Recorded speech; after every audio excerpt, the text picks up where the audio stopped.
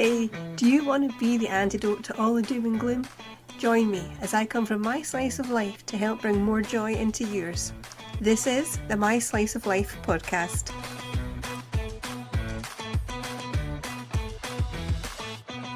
Hey, welcome to the My Slice of Life podcast with me, Sharon, your Highland host.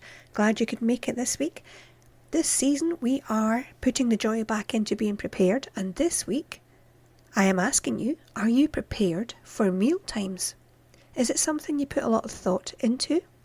Or do you just grab the nearest thing and start munching like a rabid little monkey? Before we delve in, a couple of things I wanted to plug that I keep forgetting to do. If you have a look in the show notes, you will see there is a link to the blog and the YouTube channel. There's also a little link to Patreon and the Buy Me a Coffee site. I'm currently working on a document that goes along with this season. It's got a lot of information in it. So if you do want to buy me a coffee or become a patron of the show, you will get a copy of this PDF, and there's a lot of information in it, but you'll get a copy of this sent to you when I'm finished. I'm not finished yet, but even if you want to buy me a coffee now, I will keep it for you. Honest, I'll send it to you. So let's have a look. Meal times. There's a few things to consider. And I think we will start at looking at our skill levels.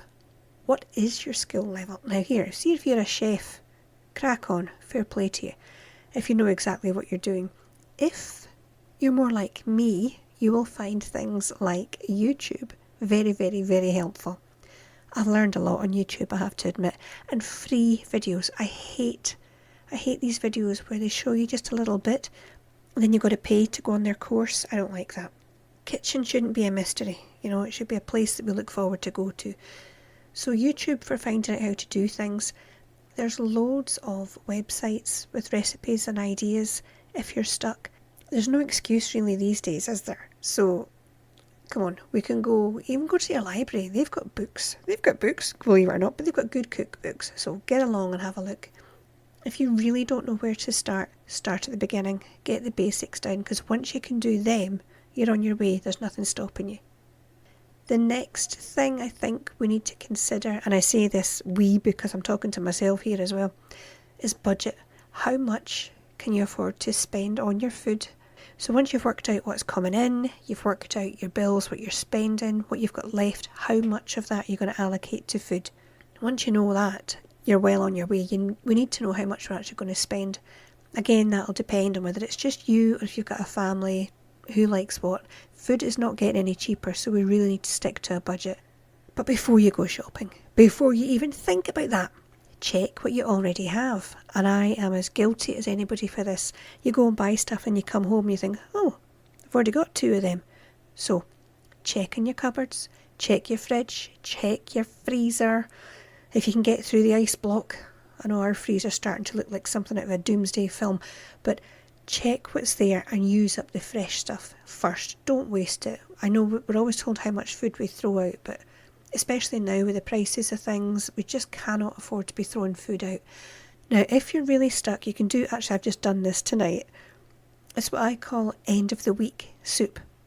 So you get all the crappy looking veg out the fridge, that veg drawer in the fridge, get all the crap out of there. I know. Some of it, see if it looks totally disgusting. Obviously we don't want that. You can make that into compost. But I'm talking half an onion, bit of broccoli, a few dodgy looking carrots, that kind of thing.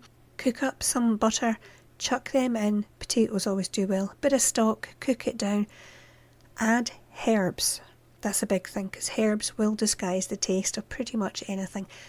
Cook it for 20 minutes and then blitz it. With a wee hand blender or in your food processor, whatever you have, but blitz it so you disguise it. Nobody will know what was in it. Trust me. End of the week soup, it's a bonus. It's a good wee trick to have up your sleeve for using stuff up. They think you've spent ages on a meal and you don't have to throw stuff out. It's brilliant. It's a win-win. You can make a very impressive soup that way, and you never know what you're going to get. Every batch is different. That's what I like about it.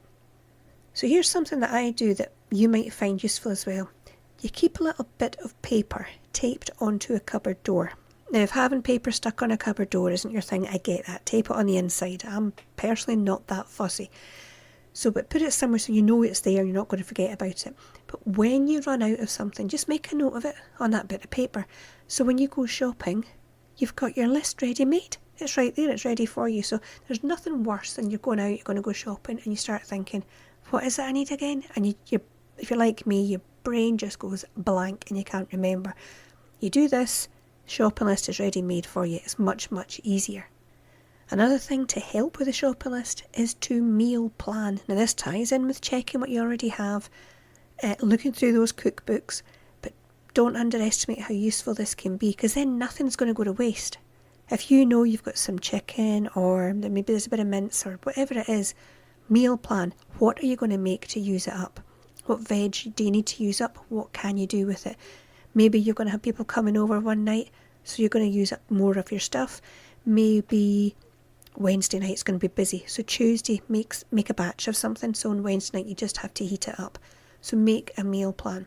Now, let's be honest, when it comes to this sort of thing, is there anybody listening to this right now who doesn't have at least one cookbook on a shelf gathering dust? Because I know I do. I've got quite a few. I love them. I'm addicted to buying second-hand cookbooks. Suddenly you're in the shop and I think, oh, I want to do Mexican cuisine, and oh, I want to do farmhouse cooking next week. I keep collecting them. I like looking through them for inspiration, and I'm trying to get better at using them. Did you know, I've heard the statistic, that any cookbook that we buy, we maybe make 3 recipes out of the whole book. Isn't that a shame? Only 3. So if you've got cookbooks, and I'm sure you do, we all do, get the books out, start looking through them. And if you don't have any, I'm suspicious if you say you don't, but go online, get to your library. If you are like me and you shop in Tesco, yes, that big store that, it's got good and bad points, but they do have a free magazine with a lot of recipes in it, and their website is very good for recipes as well. So you've no excuse. See what I did there? Took away all your excuses. You have no excuse. Get looking through, start picking recipes that are going to match ingredients that you have. And if there's something totally new, write down the ingredients that you need to get for it. But make a note of what recipe it is that they're for. Because you don't want to be like me, where I got the stuff, came back, couldn't remember what it was for. So make a note of that as well. Now here's where I'm going to become very corny. If you are someone who likes... What do you mean I'm always corny? Cheek. If you're someone who likes takeaways, they're expensive. I can't even remember the last time I got a takeaway, but I like them. So we're going to learn how to make fakeaways. See? Yeah, I told you it was corny, but apparently that's what they call them. So if you've got a favourite takeaway, learn how to make it yourself. They call it a fakeaway. It's a stupid term, but you can call it whatever you like. But you're going to save yourself so much money by making it yourself. The ingredients are going to be better, because let's face it, when you buy it, we're not entirely sure what they're adding, are they?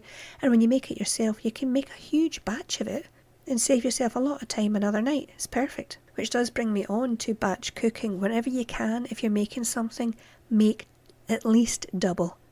Because think about it, if you've got the ingredients there and you're putting the time and effort into making one batch, it doesn't take much more, to make enough meals for 2 or 3. So whenever you can, cook a whole batch of this stuff and freeze it, whatever you're making. So trust me, it saves you so much money and time later on. I do have quite a lot of maybe single meals of this in the freezer, or I've got sauces. Enough for 2 is scribbled on the top, just add pasta, so I know what I need to add once I've defrosted it. Have a think as well, what is your shopping style? That can be quite helpful. What do you prefer? Just like once a week, you go out, you do your big shop, get it all done out the way. Are you like me? I like to do a few trips during the week. Do you shop online only, which is great for keeping track of your budget? But remember, end of the day is when the shops will bring the prices down, which is why I go a few times a week. I'm not tight, but our budget is. So I like to go and see.